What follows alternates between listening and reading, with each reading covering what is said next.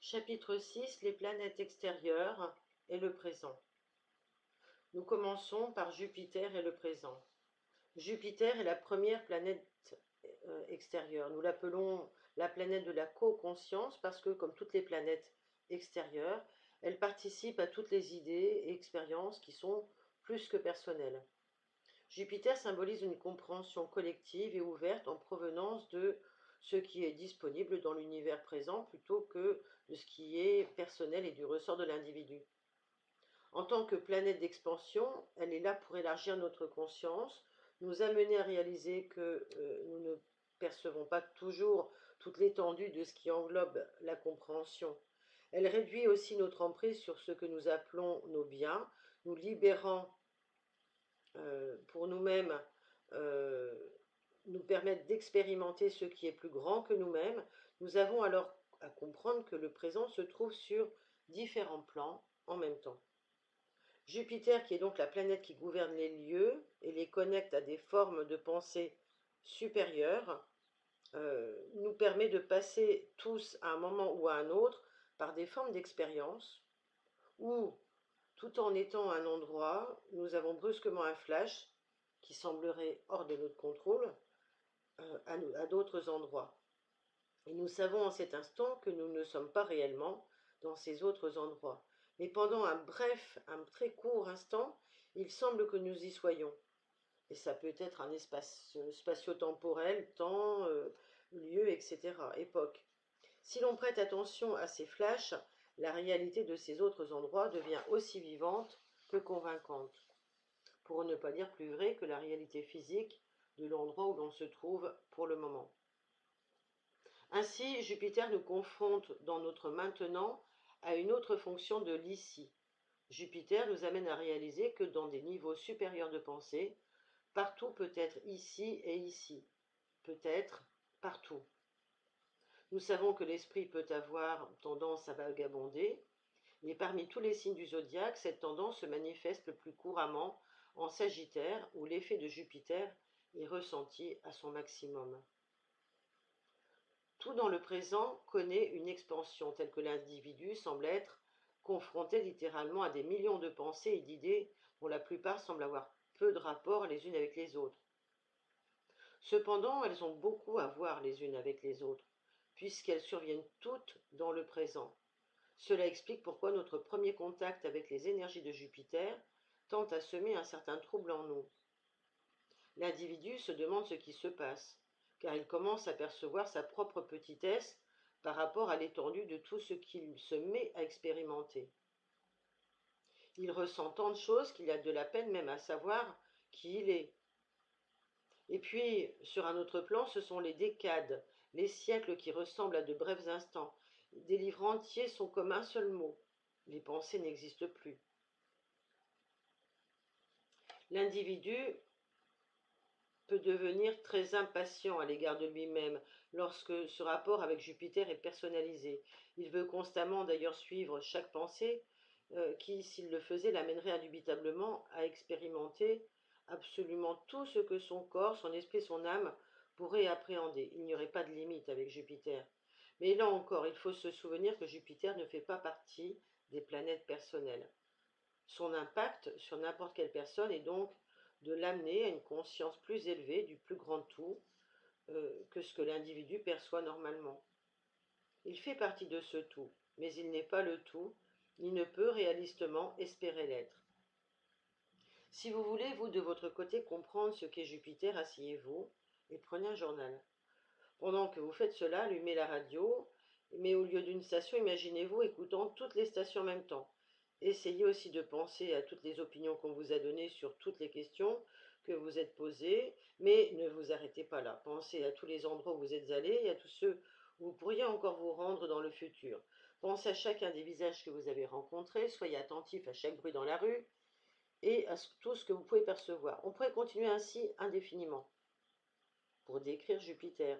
Mais l'important est que Jupiter correspond plus que n'importe quel individu, ce que n'importe quel individu peut raisonnablement maîtriser en même temps. Ce que Jupiter fait est de rendre l'individu conscient du monde entier autour de lui. Pourtant, Si on veut conserver une emprise sur soi-même, on doit comprendre que d'une telle profusion d'opportunités, il ne faut retirer que ce qui ne nous coupe pas de nous-mêmes. Ça, c'est la leçon de Jupiter. Jupiter est aussi, Schulman nous dit, la planète du langage supérieur. On a vu Mercure à la maîtrise des mots, mais l'effet Jupiter est de rendre conscient les différents langages tenus au moyen des mêmes mots.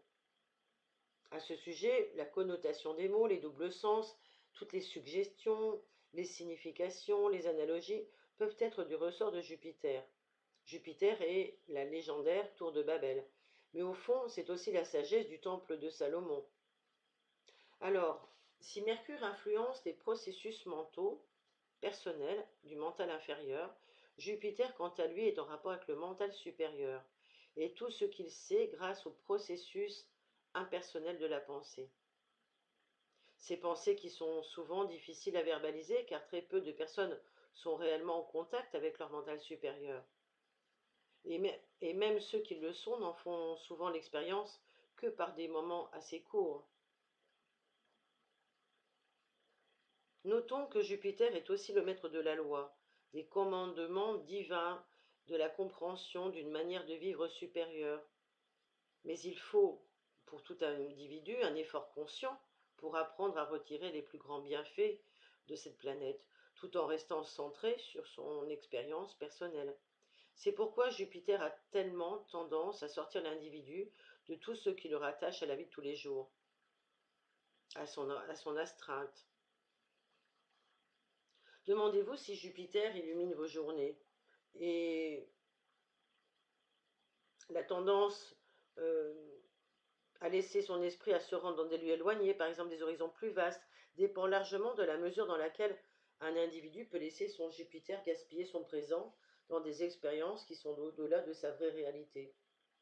D'autre part, quand Jupiter est utilisé avec la compréhension qu'ici et partout, l'individu est alors capable d'apprécier la plénitude de tout ce qu'il expérimente. Maintenant, sans interrompre pour autant la continuité du courant par trop d'espoirs futurs et lointains. Nous pouvons retenir que l'un des aspects les plus positifs de l'énergie de Jupiter est sa capacité à défaire la matière qui s'est cristallisée.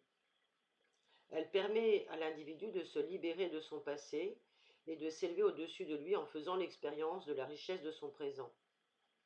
La nature lui parle de partout, il peut alors commencer à fonctionner en accord avec le plus grand tout cosmique. L'énergie de Jupiter symbolise certainement un relâchement du poids karmique. Au lieu donc de constamment refocaliser son esprit sur les échos du passé, l'individu peut devenir conscient de tout ce qui le remplace. Au début, la tendance naturelle est de croire que l'environnement extérieur nous distrait de ce qu'on est. C'est vrai, mais la beauté harmonieuse, la vérité qui existe dans le monde extérieur, lorsqu'elle s'allie à l'être intérieur le plus élevé, elle nous éloigne de la souffrance que nous nous infligeons et nous donne au contraire la joie d'expérimenter clairement tout ce que la vie peut offrir. C'est le présent de Jupiter qui est réalisé quand on apprend à voir la lumière au lieu d'essayer de mettre de l'ordre dans les ténèbres. Qu'est-ce que c'est beau!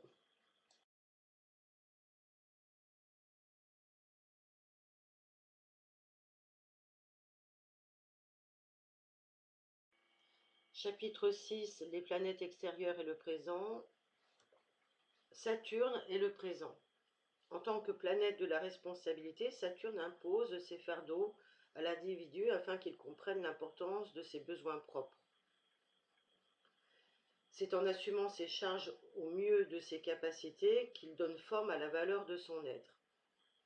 Ainsi, il est intéressant de noter à propos de Saturne que l'on a si souvent considéré comme la planète des restrictions qu'elle est en réalité une planète de grande liberté. Lorsqu'on évite les devoirs et les responsabilités qui donnent un sens et un but à notre existence, il n'y a alors pas de doute que le poids de Saturne se fait lourdement ressentir. Tout ce à quoi on devrait se confronter et qu'on essaye d'ignorer commence à devenir pesant mentalement. Mais dès qu'on adopte une attitude plus positive dans la confrontation aux difficultés quotidiennes, qui ne sont que des marchepieds vers notre évolution, plus on se libère du poids du passé. Saturne est la planète du karma au départ. Il fait de la vie d'un individu la résultante de ses actes passés, et ce, sur différentes façons. Il cristallise le passé comme un mur par-dessus lequel on doit finalement grimper pour atteindre le présent. La beauté de Saturne réside dans le fait qu'elle est aussi la planète des efforts persistants et des essais suivis. C'est elle qui donne à l'individu la persévérance de franchir ce mur afin qu'il n'y ait rien entre lui et son présent. De ce fait, aucun astrologue au monde ne sera assez fou pour épouser la théorie qu'un karma peut être facilement dépassé. Il faut du temps pour cela, et Saturne est la planète du temps. Mieux on comprend la nature de Saturne, plus on est capable de se laisser couler dans le temps. Au lieu de ressasser ses erreurs passées, on apprend alors à concrétiser chaque jour de nouvelles formes, de nouvelles attitudes, de nouveaux objectifs et de nouvelles significations à sa vie. Et plus on fait cela, plus ce qui est ancien disparaît.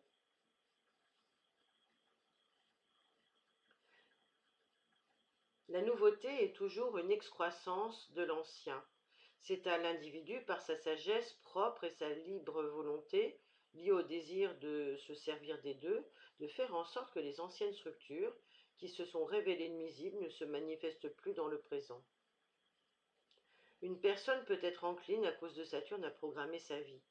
Elle peut passer des années à élaborer des idées, à donner forme à tout ce qu'elle pense susceptible de lui apporter le bonheur. Le résultat est que l'esprit programmé a tendance à stéréotyper les gens et les choses du monde extérieur. Et elle fait sans arrêt de nouvelles connaissances et de nouvelles expériences, mais elle essaie toujours de les comparer à ceux qu'elle a échafaudés dans son cerveau. Alors, cette attitude est non seulement inappropriée vis-à-vis des nouvelles personnes et des nouvelles circonstances qu'elle va rencontrer, mais ne fait que renforcer le mur saturnien. Donc, afin de bénéficier des meilleurs aspects de Saturne, on doit être prêt à se confronter réellement à soi-même. Nos constructions dans l'ici et maintenant doivent être des fondations solides sous nos pieds. On doit apprendre à ne pas se disperser dans des pensées ou des actes qui ne seraient pas productifs. Ce faisant, on commence à se sentir avec un air de jeunesse. Plus on sent cela, moins on a envie de retourner dans le passé ou d'aller dans le futur.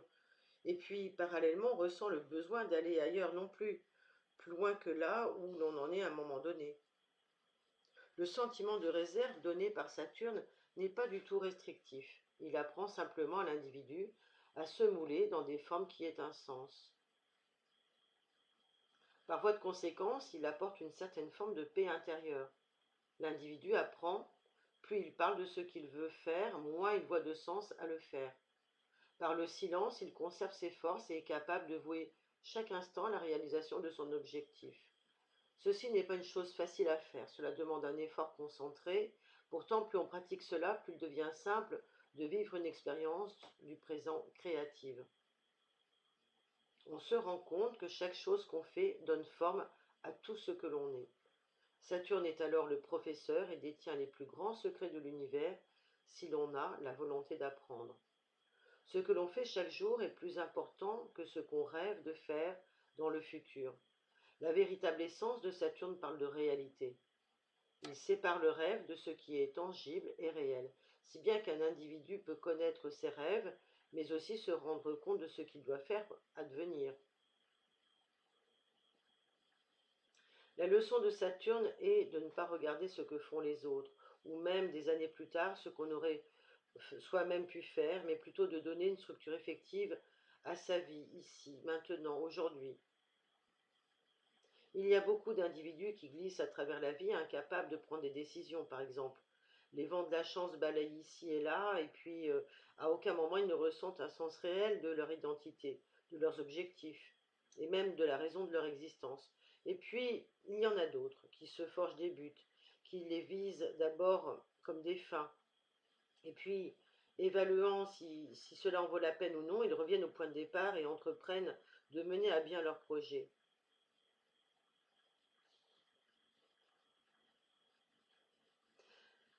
Ainsi, la question d'une bonne ou d'une mauvaise vie, si importante à nos yeux, est basée sur autre chose que ce que la société pense ou l'époque dans laquelle on vit. On pourrait d'ailleurs se poser la question, l'individu a-t-il ou non un but? Pour celui qui n'en a pas, il est absolument impossible de faire la différence entre le vrai et le faux. Mais pour celui qui en a un, ce qui le rapproche de son but est juste pour lui, et ce qui l'en éloigne est faux. On peut facilement objecter que si l'objectif de quelqu'un est faux, comment ses actes pour arriver à ses fins peuvent-ils être justes? Mais ce n'est pas là la question. Personne, excepté Dieu lui-même, ne peut juger de ce qui est juste ou non pour chaque individu. C'est l'idée d'un but, bon, mauvais, juste ou faux, plein de sagesse ou de non-sens, qui fait qu'un individu sait ce qu'il fait maintenant, et c'est ça le plus important. Il faut prendre sa vie un jour après l'autre, car il sait où il en est. Et le chemin qui est devant lui devient clair. Il sait qu'il existe néanmoins. Voilà ce qu'il faut à l'individu pour qu'il se sente exister. S'il fonctionne dans le présent en accord avec ce qu'il est réellement et ce qui est réellement significatif pour lui, en évitant tout ce qui ne l'est pas, de cette façon, il développe l'art de sa discrimination. Et ainsi, il élimine de sa vie tout ce qui pourrait dissiper ses énergies. On dit parfois, si tu veux réaliser quelque chose, donne le travail à quelqu'un qui n'a pas le temps, de le faire, et ce sera fait. La véracité de cette phrase réside dans le fait que l'individu qui n'a pas de temps sait comment l'utiliser au mieux. Les retards associés à Saturne ralentissent déjà assez l'individu pour qu'au lieu de courir sans raison, il apprenne à remplir chaque instant avec la forme et la substance qui donneront une plus grande signification à sa vie. Bien qu'il puisse se perdre dans des détails, c'est sa seule volonté d'accepter les responsabilités du moment qui le retient dans le moment présent. Retenez que la démarche lourde et lente de Saturne est toujours sûre et stable, et les énergies de cette planète aident à ancrer effectivement toute personne dans sa réalité quotidienne. Cela dit, un des plus gros inconvénients à vivre dans le présent est aussi la tendance à la fuite. Chaque individu trouve ses propres échappatoires, on en a tous, qui le mettent finalement le plus souvent en échec. Saturne est, quant à lui, la planète de la discipline. Il apprend à une personne à rester dans ses limites propres sans tenir compte de la difficulté que cela peut parfois représenter. Donc, en coopérant avec la vibration de Saturne, le natif apprend à trouver sa stabilité intérieure. Il est capable de se construire un foyer pour lui-même et en lui-même. Lorsqu'il peut réellement faire cela, il se rend compte que toutes les émotions d'avidité, d'avarice, de jalousie et toutes sortes d'autres choses qui ont tendance à le sortir de ce qu'il est ont moins d'effet sur lui. Il devient alors son propre sanctuaire. Il apprend ainsi à contrôler ses impressions sensorielles, ses réactions constantes au monde en perpétuel changement qui l'entoure. Il découvre ce qu'il représente à ses propres yeux. Une fois cela réalisé, il ne désire plus compromettre son présent pour atteindre, au-delà de sa portée, une quelconque illusion de bonheur que les autres pourraient avoir.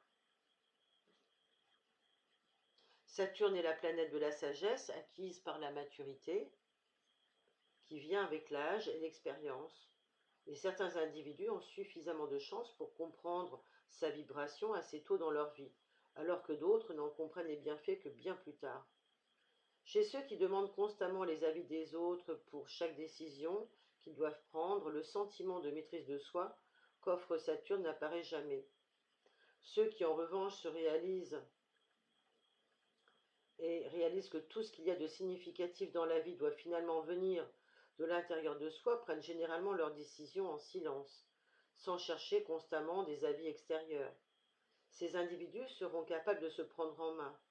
L'enceinte dans laquelle ils vivent en permanence au présent se trouve au milieu d'une forteresse, avec des contreforts puissants. Ils apprennent ainsi l'art de fonctionner au niveau optimum, sans jamais chercher à s'imposer ou à plaire aux autres. L'une des façons les plus aisées de perdre le sens du présent est de se laisser déborder par ses émotions. Et nous passons tous par des périodes de notre vie qui sont émotionnellement tendues et fortement traumatisante. Saturne, lui, est là pour équilibrer le plan émotionnel. Il nous apprend à contrôler nos émotions plutôt que de nous laisser contrôler par elles. Cela vient amortir la rudesse des expériences déplaisantes faites par l'environnement extérieur ou dans l'environnement extérieur, et quelle que soit sa mission dans sa vie, tout être humain peut dominer ses impressions sensorielles et ses émotions qui le détournent de lui, de son être supérieur. On a observé avec Saturne que ce qu'on accomplit, construit ou réalise avec le soutien de Saturne ne se perd pas facilement. Ça, c'est quelque chose que vous pouvez retenir et songer à ce que serait une journée sans signification, sans but, sans possibilité d'accomplissement. Voilà à quoi ressemblerait notre vie sans Saturne. À chaque instant, il nous montre la valeur de ce qui nous appartient autant que de notre importance dans un monde qui a besoin de nous. Il y a peu de choses, en fait, ayant plus d'importance dans la vie que de savoir qu'on a besoin de nous. C'est là où Saturne rend un individu conscient de ses devoirs envers lui-même et envers ceux qui ont besoin de lui. L'ultime leçon qu'on peut tirer de Saturne est de voir l'utilité de tout ce qu'on est en train de faire. Une fois qu'on sait cela, on commence à voir le monde d'une façon totalement différente. L'ici, maintenant, comprend tout ce qui est relatif au sentiment de posséder un objectif significatif. Tout le reste est filtré par la conscience et repoussé à l'extérieur. On apprend à ne pas investir son temps et son énergie dans des constructions mentales qu'on sait par expérience ne mener nulle part. Grâce à Saturne, on se trouve littéralement au carrefour du sens de la vie, jusqu'à ce qu'on réalise l'importance de l'endroit où l'on se trouve. Une fois cela compris, on aura la possibilité de se sentir fermement enraciné en soi-même, ce qui donnera un puissant sentiment de sécurité et d'assurance. Alors, lorsque nous parlons du présent en termes de Saturne, nous parlons d'établir le thème central de notre vie. Cette planète qui est liée à la conscience se développe toujours dans le présent pour donner à l'individu une direction ferme dont il a besoin pour reconnaître sa propre force. Et plus il coopère avec sa conscience, plus il peut se sentir en sécurité à l'intérieur de lui. Inversement, il est intéressant de noter que les individus qui ne vivent pas conformément à leur conscience sont pleins de phobies, d'hypersusceptibilité et d'anxiété sous toutes leurs formes. Ainsi, Saturne peut être le grand bienfaiteur ou notre lot de misère, et ceci uniquement en fonction de la façon dont on est structuré. Si la réalisation de nos objectifs peut se révéler valable dans le futur, c'est que l'on a fait ce qu'il fallait pour les atteindre dans le présent. Et cela va être dans notre réalité. Pour beaucoup, Saturne est un maître sévère, mais celui qui vit dans le présent est toujours le chef de l'œuvre.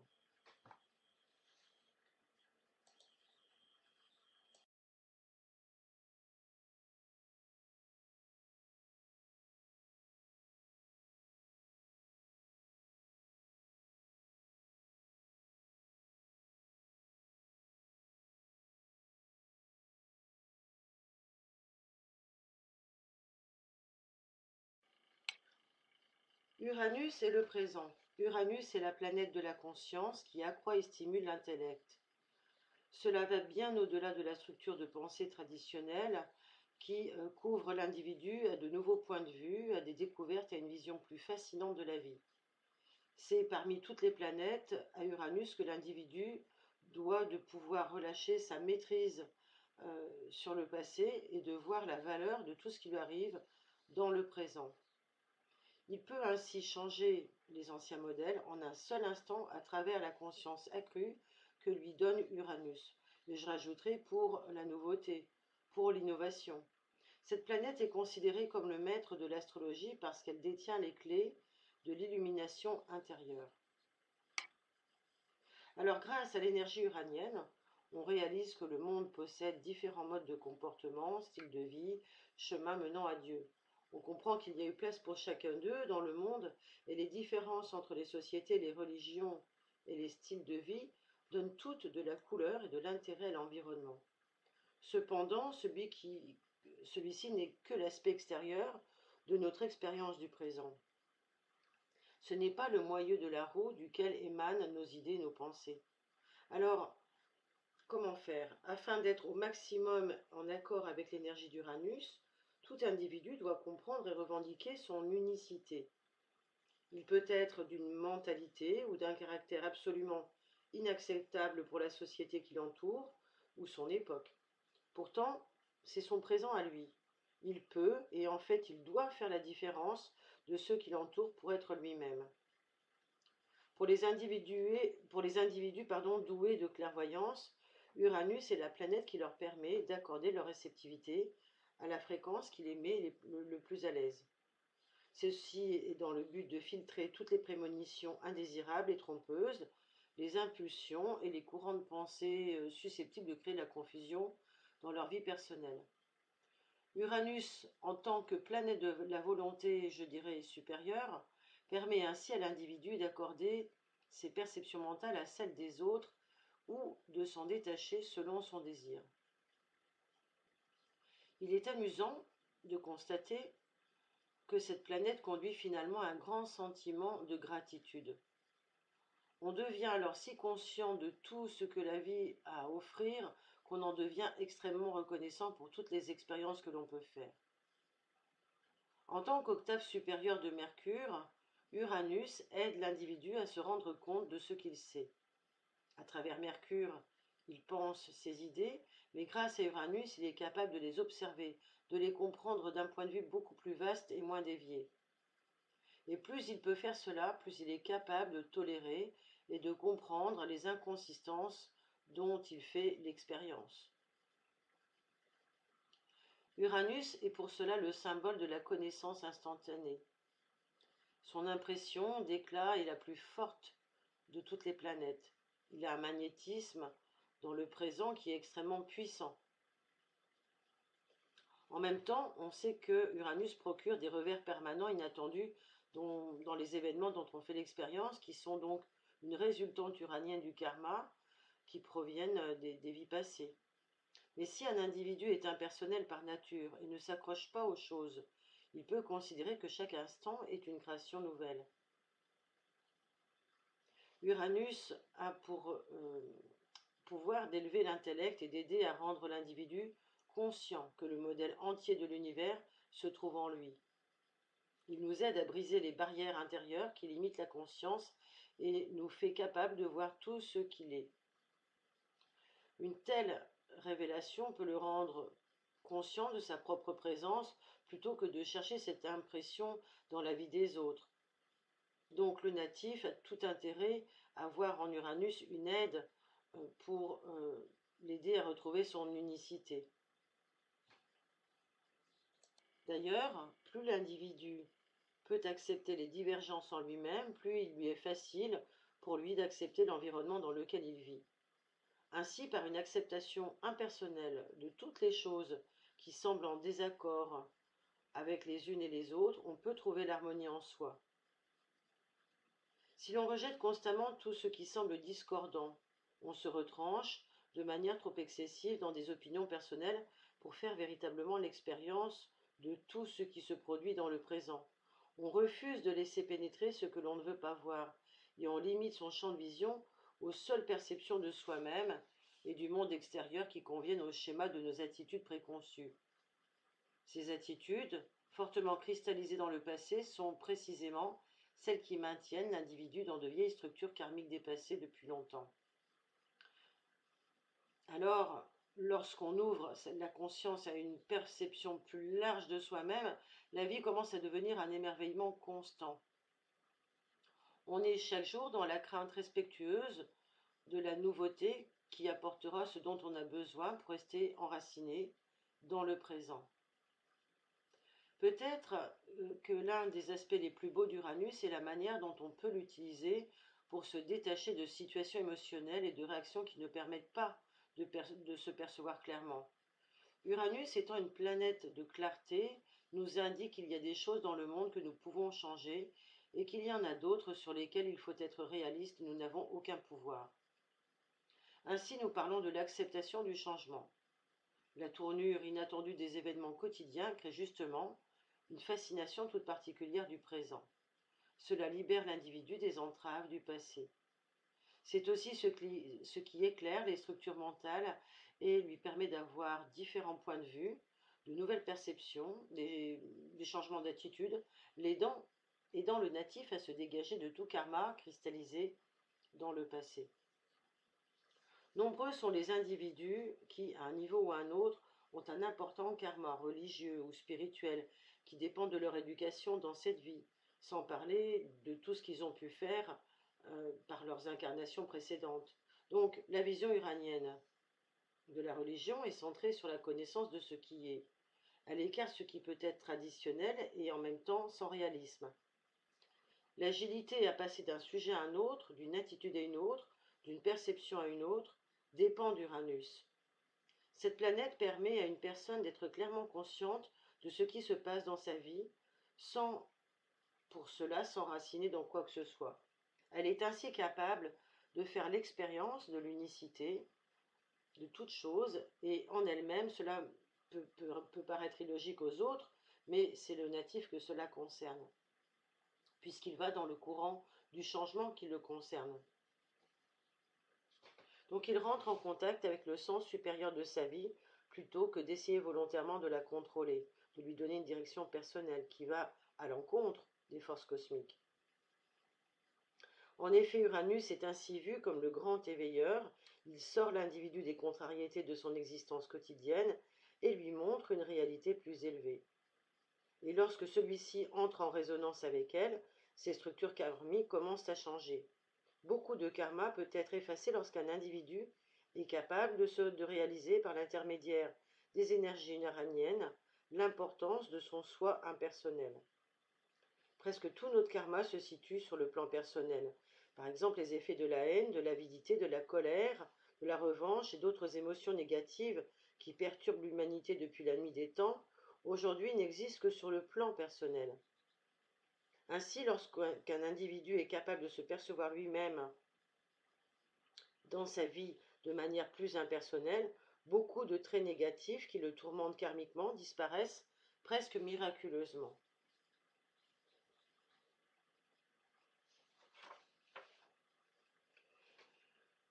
Uranus est la planète de l'astrologie et pour paraphraser Dan Rodiard, le coefficient d'inexactitude de l'astrologie est l'équivalent au coefficient humain de libre arbitre. Ainsi, l'homme peut faire usage de son libre arbitre pour imposer ses désirs personnels ou peut accepter impersonnellement ce qu'il doit expérimenter dans le présent. Cette acceptation est importante en termes d'évolution de la race humaine. Car plus l'humanité peut se libérer de l'avidité personnelle, plus Uranus manifestera ses énergies d'amour impersonnelles sur la Terre. Et je vous rappelle que nous sommes à l'heure du Verseau, que nous souhaitons entrer dans cette ère. Il est donc question à se poser pour tout individu, que suis-je en train de faire maintenant pour élever ma conscience? La meilleure façon de briser les illusions et les vieilles structures karmiques est de se fondre dans tout ce qui se transforme dans la vie courante.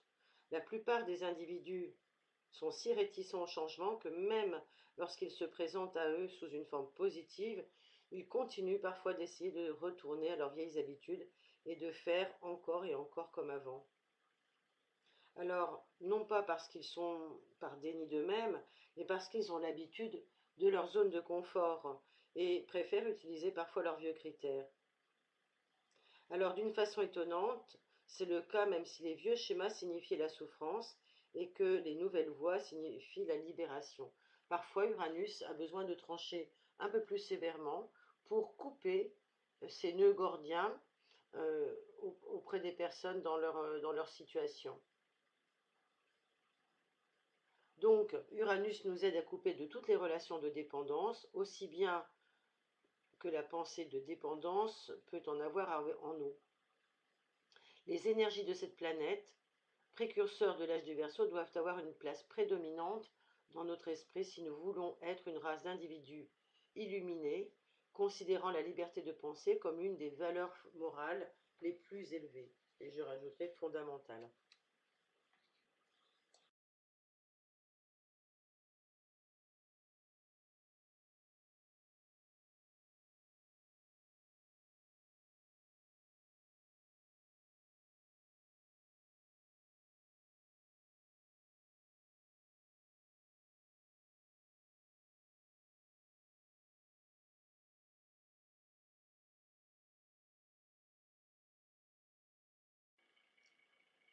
Neptune est le présent. Neptune est la planète des rêves, et les rêves sont ce dont nous sommes faits sur cette planète.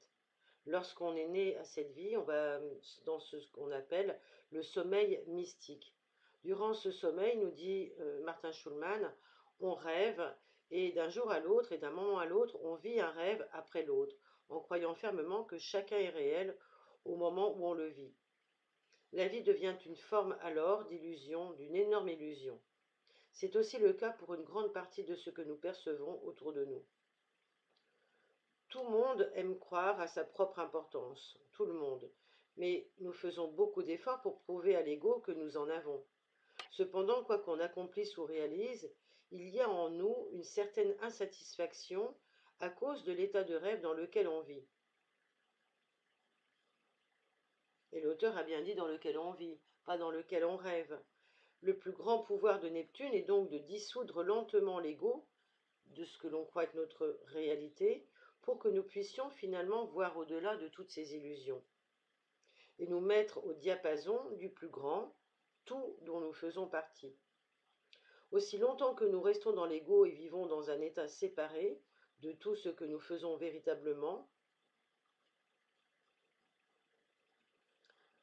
nous devrons subir notre condition karmique. Lorsque l'individu laisse l'énergie de Neptune dissoudre lentement l'ego, il devient alors capable de s'accorder à une partie plus universelle de lui-même et du monde autour de lui. Il commence alors à réaliser qu'il n'est pas dominé par son corps et que l'aspect formel de la vie contient d'énormes illusions qui peuvent constamment le distraire de l'objectif divin.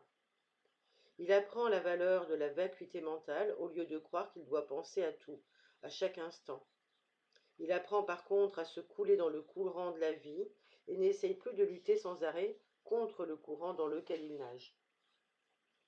À travers Neptune, nous pouvons développer le détachement vis-à-vis des choses.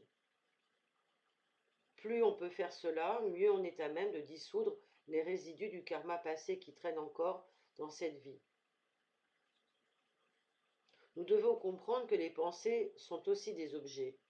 Avant de pouvoir faire l'expérience de nous sentir plus libres et plus légers, il faut apprendre à nous détacher de ces pensées.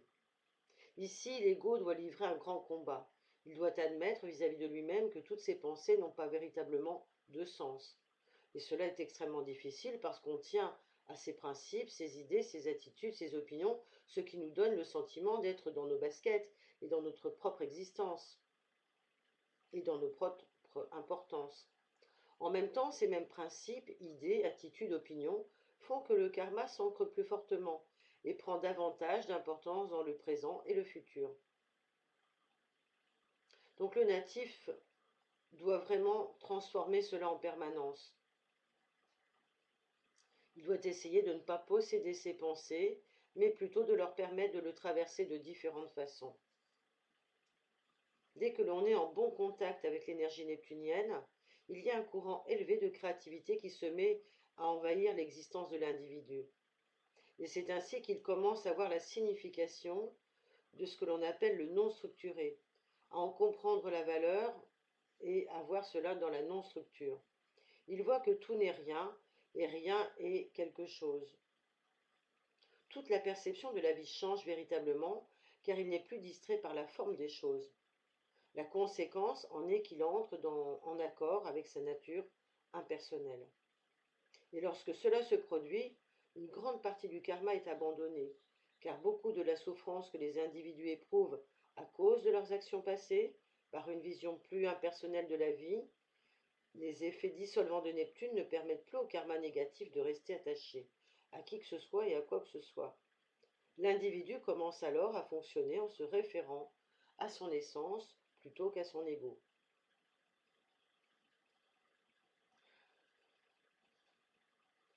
Il y a un grand changement dans notre vie lorsque nous en sommes à cette étape-là et que nous réalisons cela. Extérieurement, une certaine indifférence semble nous habiter, et souvent confondue par les autres avec la fuite ou un manque d'attention personnelle aux êtres chers et aux choses qui semblent importantes dans la vie quotidienne. Mais intérieurement, pourtant, ce n'est pas ce qui se passe. L'individu se trouve en contact avec la nature divine des choses et il réalise que maintenant est éternel et que ici est partout. Le concept d'amour est grand. Au lieu d'être personnel, il commence à prendre un sens plus cosmique. Voilà ce que l'auteur nous dit sur Neptune, et il précise aussi que Neptune est la planète de l'oubli. Souvent, on regarde cela comme une qualité extrêmement négative de l'énergie de la planète, mais si l'on veut rester dans le présent, la capacité d'oublier le passé devient une qualité très désirable. Alors plutôt que d'utiliser Neptune pour lutter contre des ombres, des illusions, des fantômes dans nos esprits, on peut l'utiliser pour dissoudre tout ce qui empêche une personne de s'immerger totalement dans le présent. La plupart des gens ont une peur terrible de se perdre.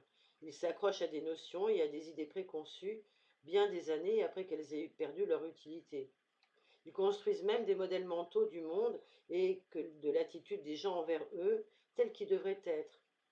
Le résultat qu'ils en ont, qu'ils essayent constamment d'adapter le monde et les gens au modèle qu'ils ont construit antérieurement. Mais il est plus facile d'aller dans le sens du courant que d'essayer d'adapter le monde à la conception qu'on s'en fait. Lorsque l'individu commence donc à entrer en contact avec les énergies neptuniennes, il est capable de réaliser combien sa vie est construite sur son imagination. Les gens représentent des menaces ou des promesses pour la réussite et de l'existence uniquement en fonction de son imagination. La relation à sa richesse et à son bonheur est aussi le produit de son imagination. Son désir d'estime, de reconnaissance, d'amour, de crédit et même ses pulsions sexuelles sont encore le pur produit de son imagination. Ses humeurs, ses attitudes fluctuantes dépendent de la manière de voir les choses. Lorsque le temps est couvert, par exemple, l'individu se sentira déprimé parce qu'il est privé de la radiance solaire à laquelle il s'attend. Alors qu'un autre individu, par contre, verra les nuages, mais il sait que le soleil brille toujours juste derrière eux. Et à cause de cela, ne connaîtra pas les mêmes sautes d'humeur. Dans la vie, c'est l'impression qu'on a des choses qui gouvernent nos actions et nos réactions. Ainsi, notre karma ne peut pas être affecté par l'idée qu'on s'en fait.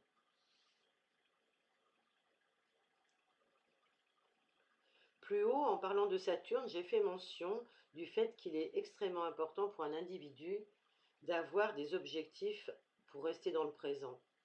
La vibration de Neptune paraît contredire cela, mais ce n'est pas le cas. En effet, la combinaison correcte des deux implique d'avoir des buts et de travailler pour les atteindre, mais de ne pas s'arracher à leurs résultats futurs ou aux efforts passés qu'on a faits en leur nom.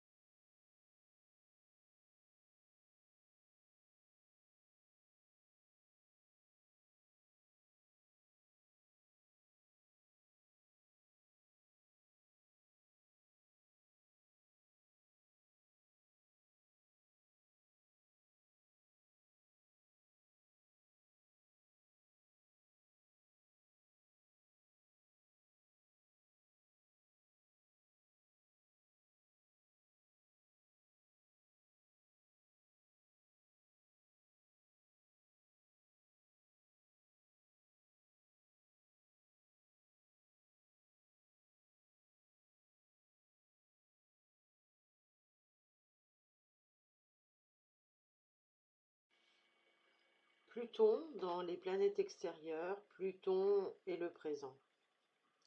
Pluton, c'est la planète des conclusions, nous dit l'auteur. Cette planète joue un rôle très important, donc, dans l'expérience du présent. En utilisant Pluton correctement, nous, en tant qu'individus, nous sommes capables de supprimer des pensées lancinantes qui traînent du passé, en apprenant à nous détacher de toute l'importance qu'on leur a accordée. Pluton a aussi beaucoup à voir avec la nature inconsciente de l'homme. Il fait monter à la surface toutes les pensées cachées et les sentiments qui doivent être éliminés, afin de faire de la place au nouveau. Lorsqu'un individu n'utilise pas son Pluton, il a tendance à s'accrocher à trop de vieux modes de pensée, de schémas, d'habitudes qui maintiennent sa vie dans des cercles autodestructeurs instinctivement, euh, qui sont installés instinctivement et qui sont des cercles qu'il déteste au final. Et de la même façon qu'un individu jette chaque jour ses ordures, il y a des pensées qui doivent aussi être abandonnées.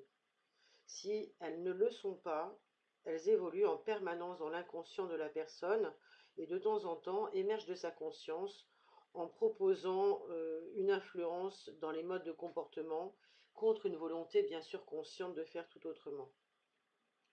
Pluton, nous dit l'auteur, est la planète des décisions.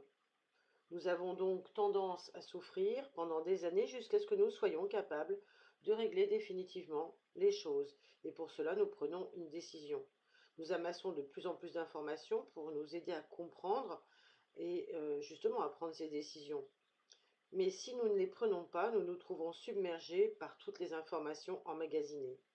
Et une fois que nous avons fait un choix définitif, toutes les informations rassemblées pour nous aider à prendre une résolution disparaissent miraculeusement.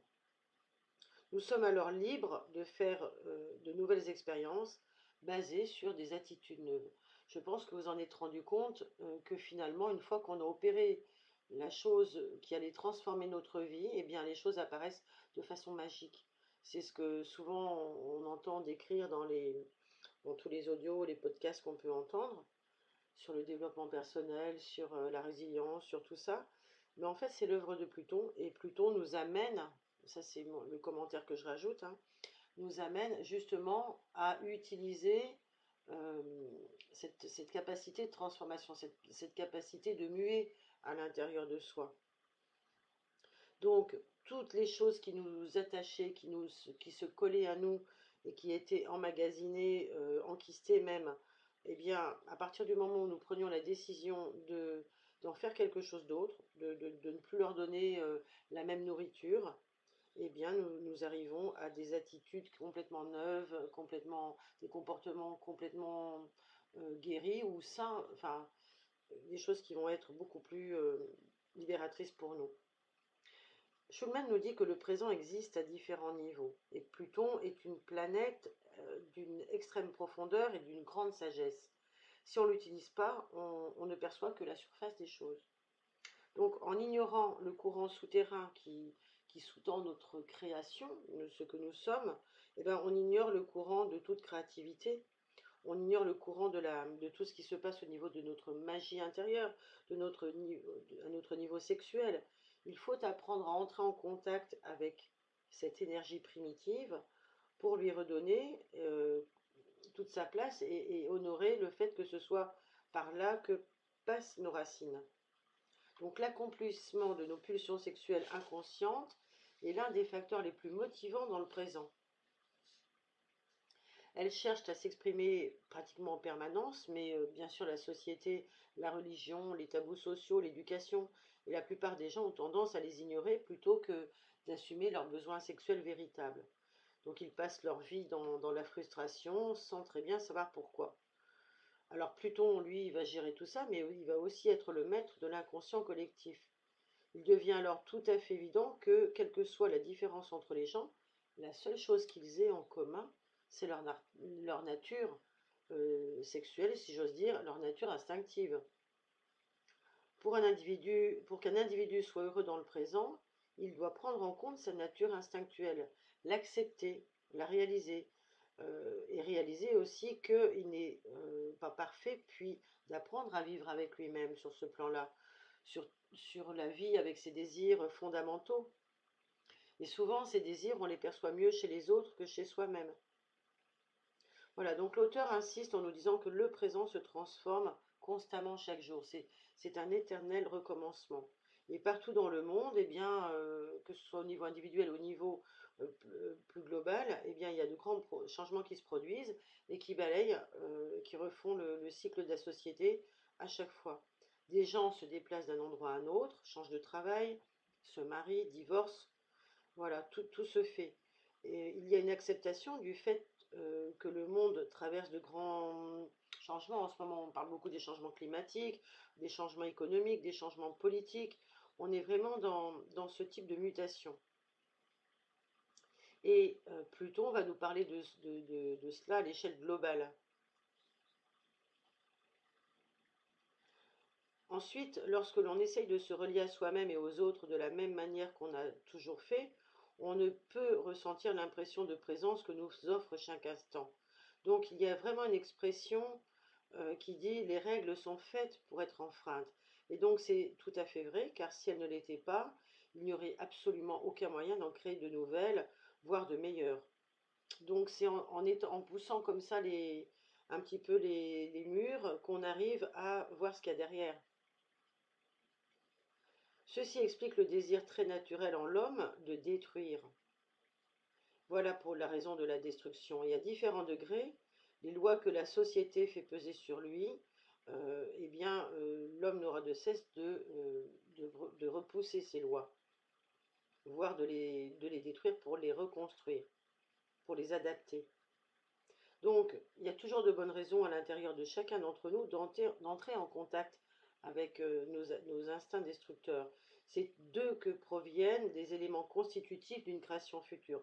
Je vous invite vraiment personnellement à méditer là-dessus, car c'est vraiment très très porteur de savoir que ce qui au départ semble nous détruire n'a d'autre vocation que de nous aider à nous reconstruire.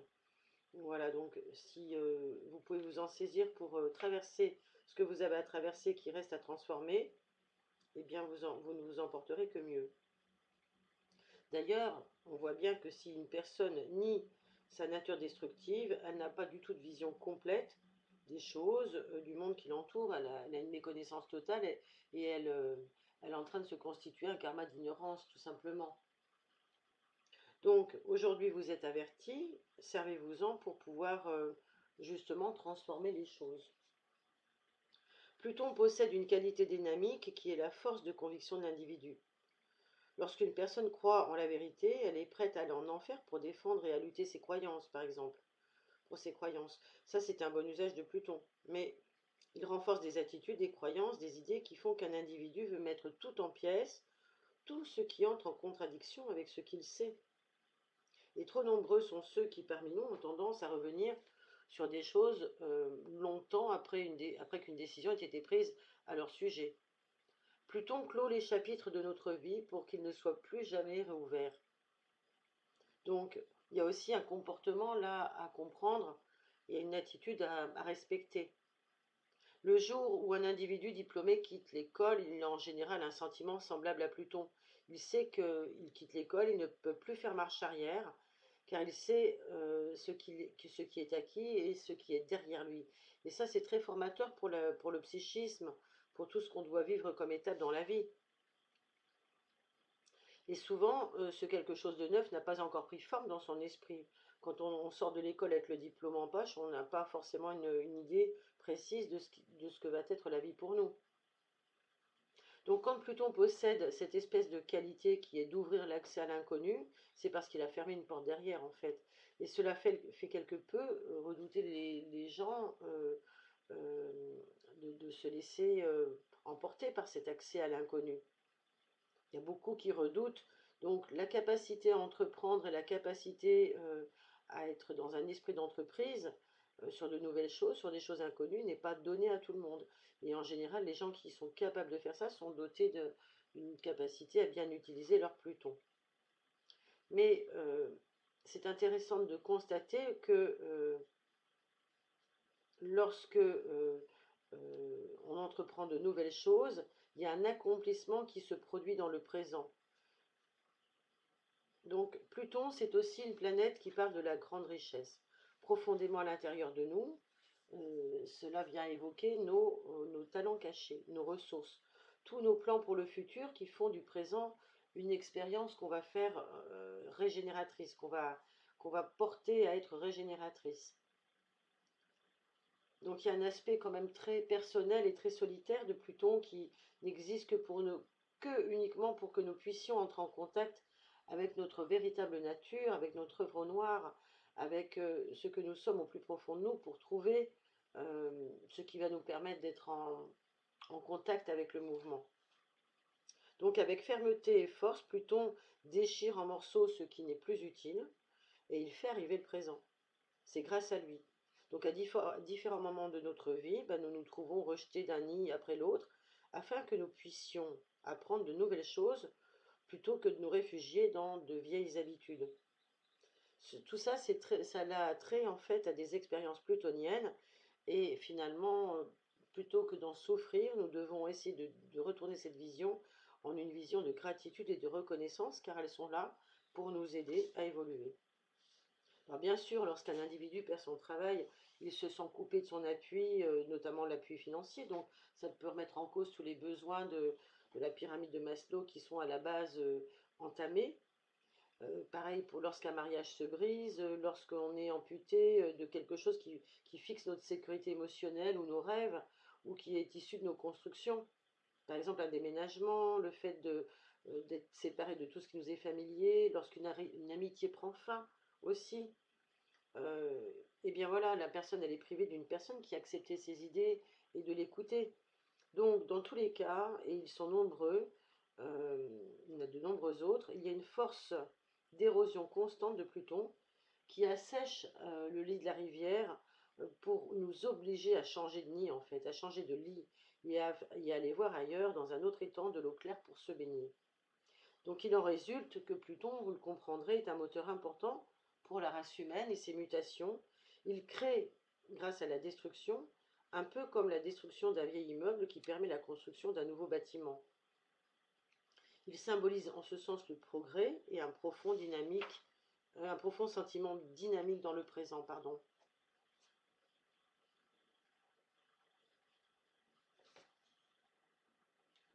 La planète Pluton, c'est ce qui nous fait expérimenter le fait que seconde après seconde, le présent devienne le passé et le présent devienne le futur.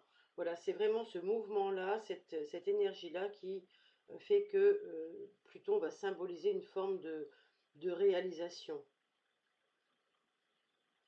d'un mouvement constant. Le présent est tout le temps, il est constamment en train de se passer. Il ne peut pas avoir, on ne peut pas lui attacher une apparence, puisque cette apparence est sans cesse en mouvement. C'est un peu comme les aiguilles d'une montre ou d'une horloge qui tournent tout le temps. Il y a toujours un mouvement, tout le temps. Donc, pour accepter de changer, eh bien, l'individu va pouvoir se servir de son Pluton. Et pour accepter cela, ben, il va aussi accepter de se voir comme un être nouveau. Et donc, l'expérience va créer automatiquement des changements dans notre structure. C'est en faisant que cela va se faire. Et même si, une fois qu'on a réalisé que l'identité est un produit de ce qu'on fait et de ce avec quoi on est en rapport, il y a des changements plutoniens qui se produisent dans notre vie, qui peuvent être acceptés sans le moindre effort et appréciés pour toutes les étonnantes merveilles qu'ils apportent. Ça, c'est important. Parce qu'une fois qu'on a constaté ça, effectivement, on se rend compte du côté magique, comme je le disais tout à l'heure, du côté merveilleux de la vie. Voilà pour Pluton.